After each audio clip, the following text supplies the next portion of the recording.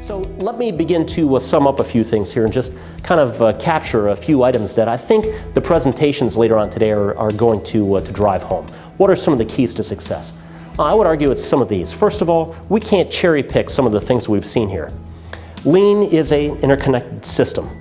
You can't say, well, these 5 principles Jeff talked about. 1, 2, and 3 I pretty much buy into, about that 4 and 5 stuff, I'm going to leave that by the side of the road. It really doesn't work that well in that regard. So be careful. When we cherry pick, we get into problems.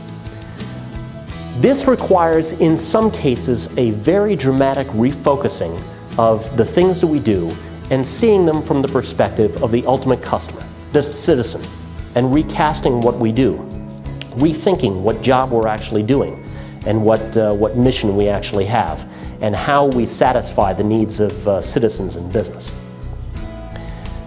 Next, it's important, and I think our presenters today will underscore this fact, that you need to get buy-in and support as high up in the organization as you can. Now, if hopefully today, you get excited about some of these things and you want to go back and do, right? In the organizational pyramid, you're not this person, you're this person down here. All is not lost.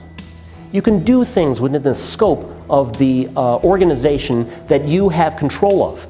And many of our consortium members have demonstrated the fact that, it may not be a perfect start. We don't have buy-in from the CEO. I'm just a production manager here, but I got my folks over here on the second shift, and I can do these things, and he does. And that person gets remarkable results, and next thing you know, at a company meeting, a manager's meeting, it's like, hey, what's he doing over there? Oh, I'm doing this lean stuff. Lean, what's that? Okay, now you can start to get that high level buy-in and support. So it doesn't always start that way, but the higher up in the organization you go, the more of the root causes of problems are within your span of control. Ideas by people who do the work, okay? People do lean. People don't do lean to other people, okay? Positive, innovative ownership. You want people to approach this in a positive way, and it can be just as subtle as a little tweak of language. You get together to try and solve a problem, and automatically, every group has one, that person jumps up and says, you can't do that. Okay, let's stop right there. Let's rewind the cockpit tape right there, and let's just tweak that language a bit.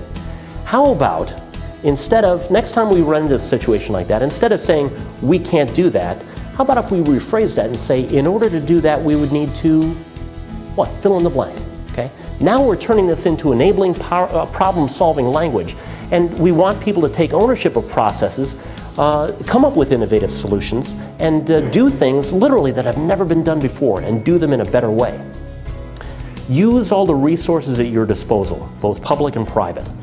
You have, as you consider applying these things to the function in government that you're in, you have allies, you have friends, you have folks here who are, as an example, members of the consortia who are very willing to, look over your shoulder, coach you a bit, maybe even send in a few of the practitioners to help you out and to apply and to learn.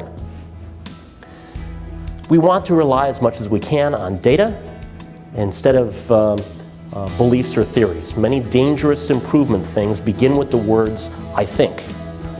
Okay, how do we know that? So we want to be data-driven as much as possible. And again, this is a nonpartisan, apolitical thing. This is about the process of government and not much else we need to focus on. So let me wrap up this section with this. And I apologize if this is a little bit over the top, all right? But Lincoln's Gettysburg Address ended with this phrase, of, by, and for the people. Every time I hear this, I can't help thinking about lean. Lean is of the people. Remember, it came from Henry Ford. It came from gurus of quality who were Americans. It got its start here in this country, and it's entirely something that we own. It is, in fact, by the people. We want people who do the work, do the improvement of lean. And it is for the people. It's for the people inside the process, and it's for the citizens of your jurisdictions.